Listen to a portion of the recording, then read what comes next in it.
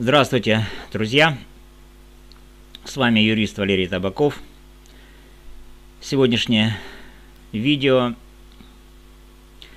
о противоречиях в расследовании, которые ставят под сомнение официальную версию следствия в деле об убийстве Ирины Фарион. Эти факты, которые будут рассмотрены, поднимают серьезный вопрос. Был ли Вячеслав Зинченко, который является обвиняемым в этом преступлении, именно тем человеком, которого видели во дворе дома Ирины Фарион на улице Масарика, 3 во Львове в клоунской одежде? И ответ на этот вопрос мы сделаем после того, как разберем две критические несостыковки. Во-первых, время прибытия Зинченко во Львов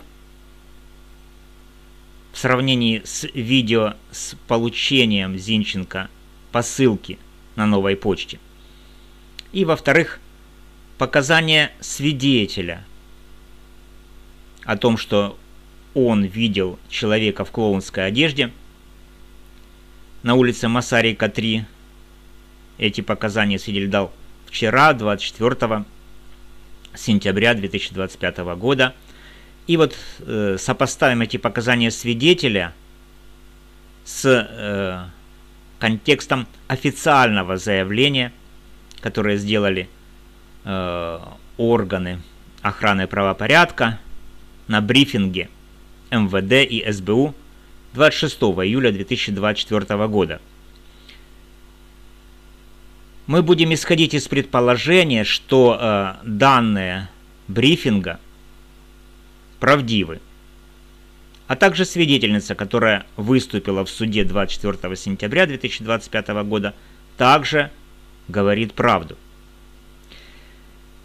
И, друзья, вот если основываться на этом, то тогда наш анализ приведет к шокирующему выводу. Человек в клоунской одежде, которого видела свидетельница, с 10 июля 2024 года по 19 июля 2024 года во Львове на Масарика, 3, этот человек, скорее всего, не был Вячеславом Зинченко. Почему мы делаем этот вывод? Мы сейчас разберем все шаг за шагом. Насколько это у нас получится. Ирина Фарион, известный украинский лингвист, общественный деятель, тоже под вопросом. И этот вопрос мы сейчас тоже рассмотрим. Является ли деятельность Ирины Фарион общественной? И является ли в этой связи сама Ирина общественным деятелем? Бывший народный депутат была убита выстрелом в голову 19 июля 2024 года около 19:30 во дворе своего дома на улице Масарика, 3 во Львове. Учитывая ее активную позицию, острую критику власти, резонансное заявление, включая видео против президента Зеленского в мае 2024 года, все это вместе вызвало в Украине, мягко говоря, некоторый шок. Главный подозреваемый, 18-летний Вячеслав Зинченко из Днепра, задержан через 5 дней после убийства, 24 июля 2024 года. Следствие и результаты расследования уже были представлены на брифинге МВД и СБУ 26 июля 2024 года. Утверждает, что, во-первых, Зинченко прибыл во Львов 9 июля 2024 года в 15:30 поездом из Днепра. Об этом мы увидели из видеозаписей на вокзале, видеокамеры. Эти видеозаписи и протоколы этих доказательств исследования этих доказательств уже присоединены к материалам дела в суде. Эта видеозапись показана в суде была 27 мая 2025 года. То есть Зинченко прибыл 9 июля 15:30 на вокзал. С 10 по 11 июля Зинченко был зафиксирован в обычной одежде, перемещающимся по Львову.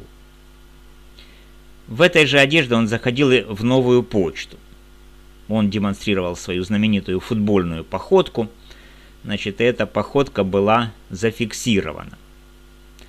И в-третьих, с 12 или 13 июля, то есть через 4 дня, на 4-й день пребывания, Зинченко начал использовать клоунскую одежду, то есть переодеваться.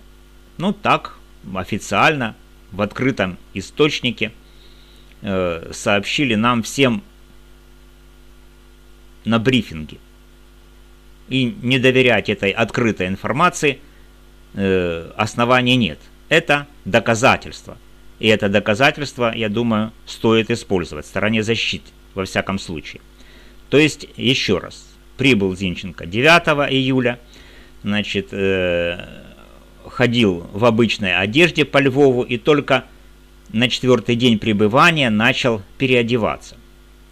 Ссылку на видео с этим брифингом и с указанием времени, когда это сообщение там на брифинге произошло, я дам. И в описании представлю, и, наверное, и в подсказке. Вот. Это у Янины Соколовой я смотрел на канале, там где-то 18 минута и 35 секунд. Вот где-то в этом районе, значит, я услышал сообщение о том, что Зинченко, там показывали 3 фотографии, значит, слева Зинченко, справа Зинченко, а посредине клоун, да, и представитель, официальный представитель правоохранительных органов следствия заявил, что использовать такую маскировку, такую одежду Зинченко начал только на 4-й день после прибытия во Львов.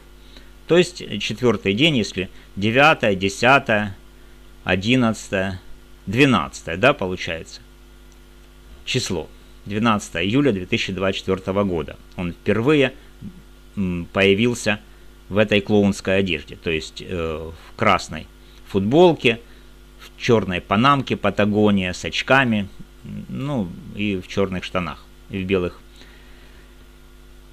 кроссовках. Вот. И это подкреплено и также и поисковыми запросами в телефоне Зинченко.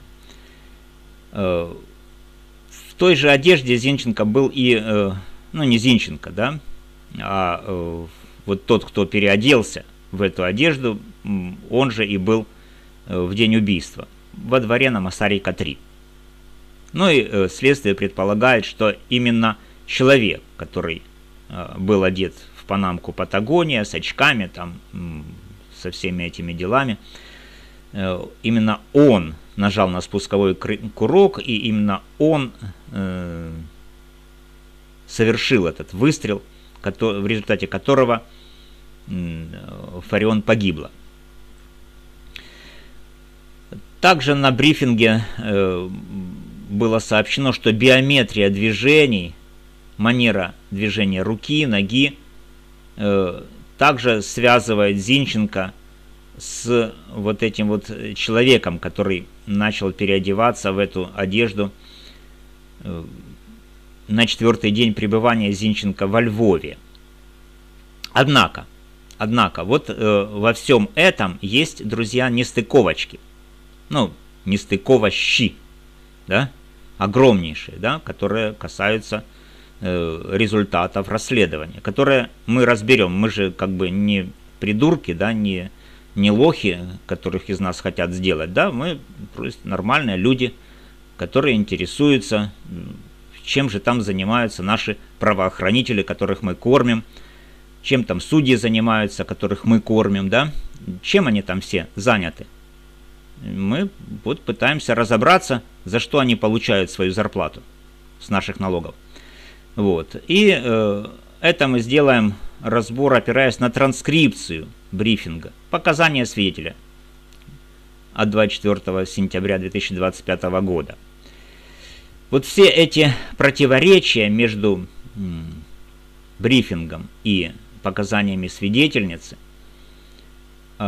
они указывают на возможное присутствие второго человека во всей этой истории и ставят таким образом под вопрос прозрачность расследования. Ну, не только прозрачность, а сами выводы результатов расследования, то есть обвинительный акт в адрес Зинченко. Итак, первая несостыковка. Она касается времени прибытия Зинченко во Львов и его сравнение этого видео с видео с новой почты. Представитель МВД и СБУ заявили, что Зинченко прибыл 9 июля 2024 года в 15:30 поездом во Львов, что подтверждено видеозаписью с видеокамеры с вокзала города Львов. Также, опять же, я повторюсь, что на брифинге было сказано, что вначале Зинченко ходил в обычной одежде, теперь после и подчеркнули, да, что прибытие в 15:30, и это отправная точка хронологии. Ранее во Львове Зинченко не фиксировался. Однако, вот то, что касается видео с новой почты, там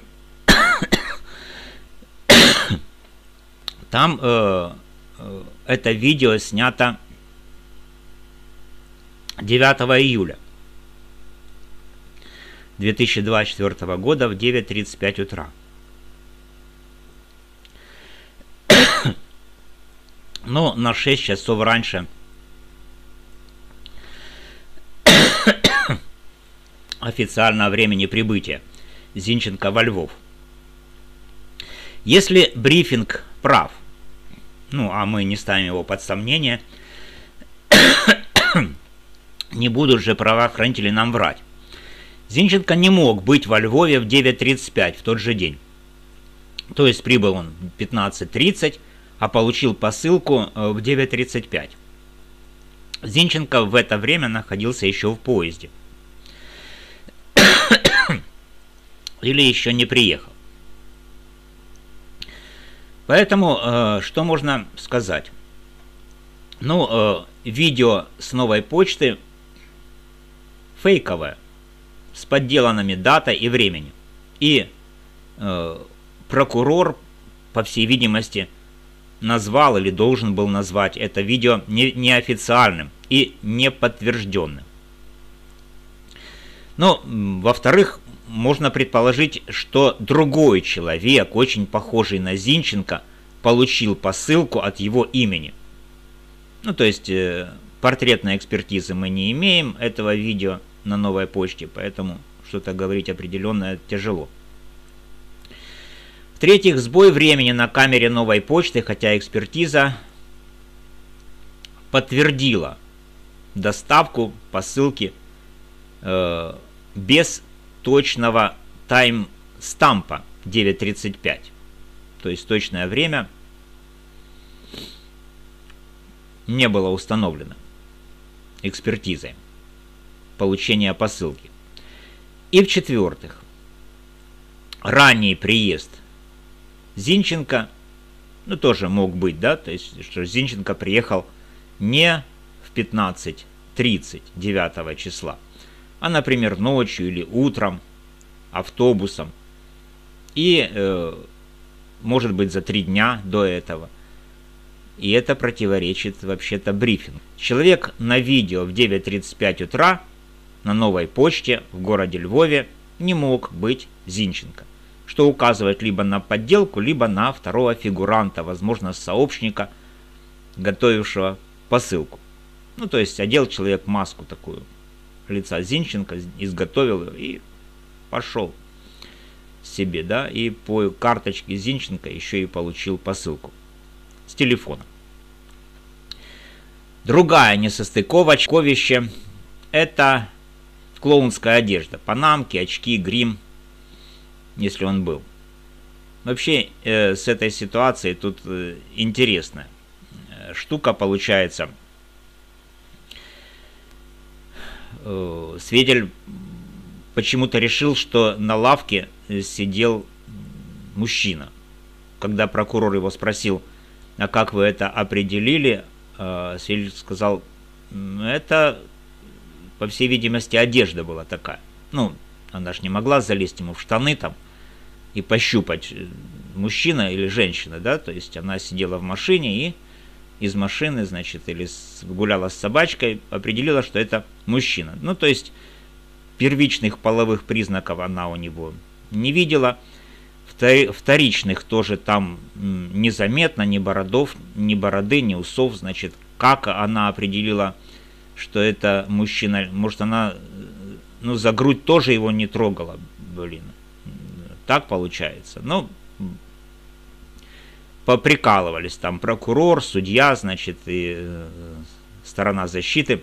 Как же все-таки свидетель определил, что это человек мужского пола. Ну ладно, этот прикол там оставим на потом. Это все разжевывание.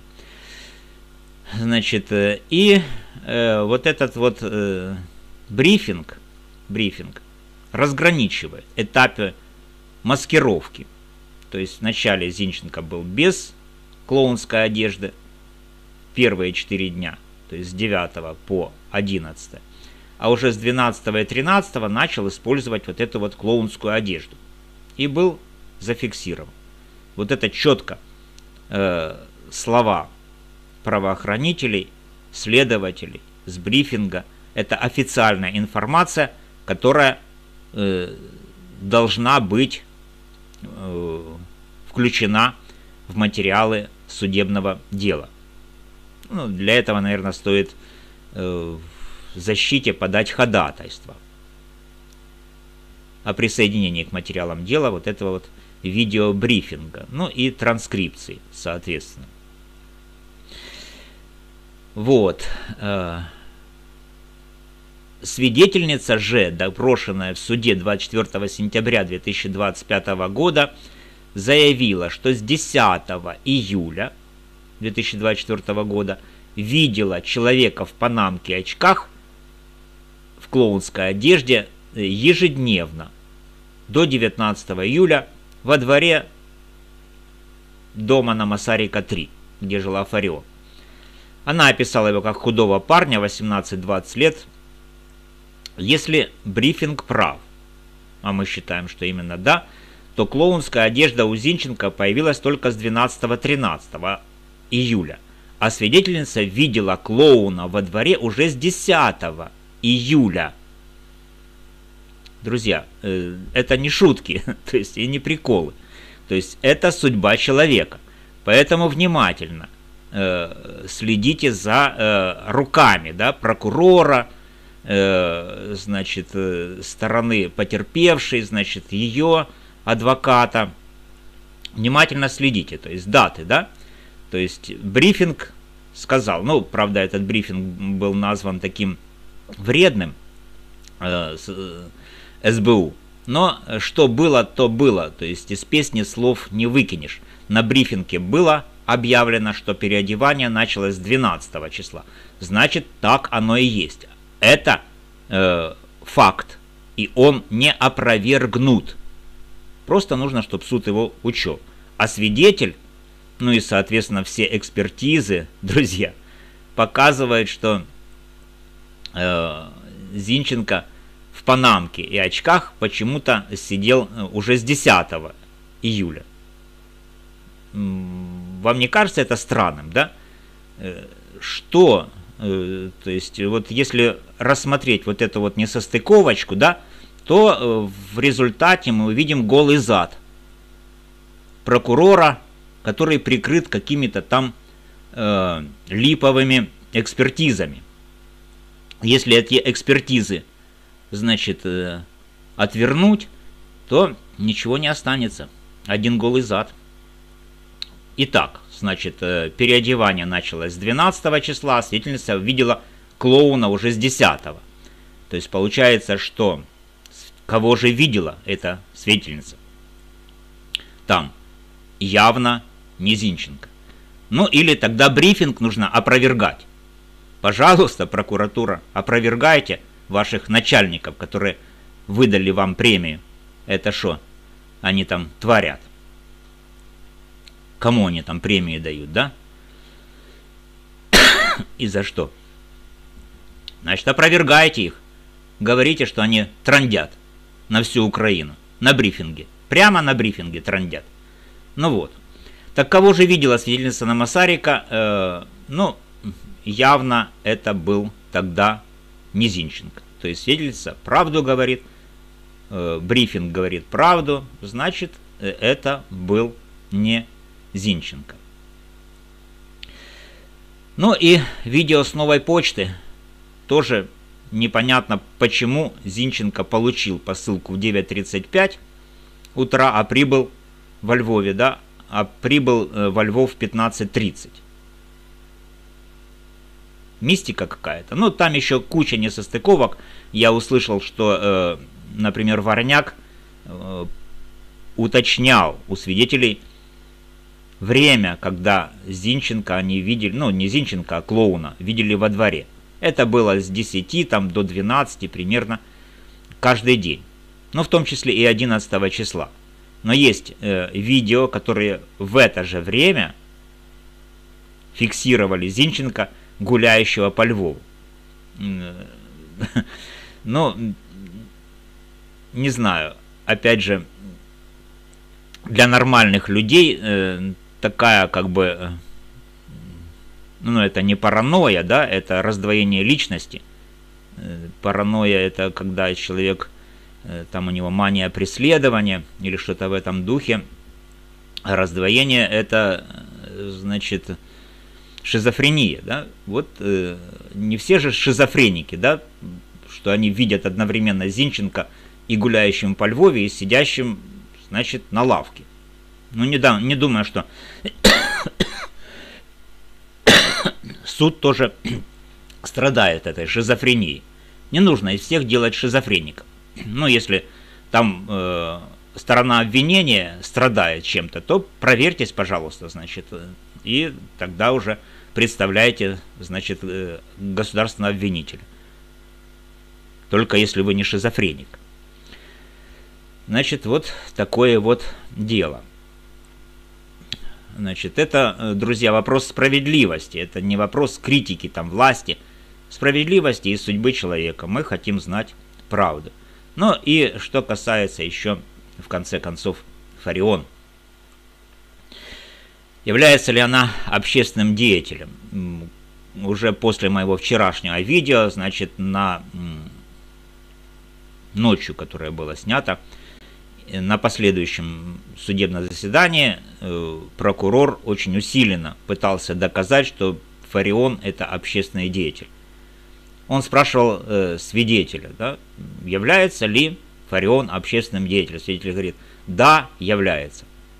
Почему? Есть ли какой-то критерий? Например, есть громадские объединения, да, или общественное объединение, СИЧ. Вот это вот общественное объединение, если человек состоит в этом объединении, то он громадский дьяч там, или что-то в этом духе. Но Фарион ни в каких громадских объединениях не состояла. Она чисто заколачивала бабки, ну, денежки, зарабатывала денежки, друзья, да, нужно уважительно к этому делу относиться. Зарабатывала денежки, но тогда это не волонтерство и не общественная деятельность. Тогда это просто бизнес. Но если какому-то бизнесмену кто-то дает какие-то донаты, то от этого бизнесмен не становится волонтером. Нужно понимать, да? Поэтому Фарион зарабатывала на своих видео, каналах YouTube и на телевидении. Тоже она зарабатывала. Кто там ей что донатил в результате этого бизнеса, это уже не играет никакой роли. То есть она зарабатывала, она платила налоги там, где там YouTube находится, его офис, в Ирландии. Значит, в Ирландию шли деньги, которые уплачивала Фарион с налогов. Значит, канал на 300 тысяч подписчиков, ну, официальная интерпретация, это от 2 до 6 в среднем гривен в месяц доход. Получается, но я не думаю, что он такой маленький, да, то есть там, скорее всего, больше, если нормально раскручивать этот канал. Но все же доход есть. И если это бизнес, это работа, это фриланс, можно сказать так, то есть его нужно оформлять. Поэтому это не общественная деятельность. Это нужно четко понимать и прокурору, и судье, и потерпевшей, и, значит, обвиняемому, стороне защиты, ну и всем нам, друзья. Нужно понимать, что никакой общественной деятельности здесь не пахнет. Поэтому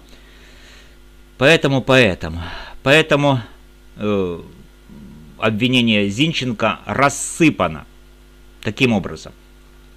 Несостыковкой, значит, информации с брифинга, это официальная открытая информация следствия, значит, что Зинченко начал переодеваться в клоуна с 12 числа. И показаниями свидетеля, который говорит, что клоун появился 10 числа. То есть, кто это тогда сидел во дворе в клоунской одежде? Ну, явно это получается не Зинченко. И тут надо еще и разобраться с этими экспертизами. Что же они там напоказывали, эти экспертизы, и как они прикрыли голый зад прокурора. Ну вот, друзья, такие вот новости. Что вы думаете по этому поводу? Пишите в комментариях, будем обсуждать. До новых встреч. С вами был юрист Валерий Табаков.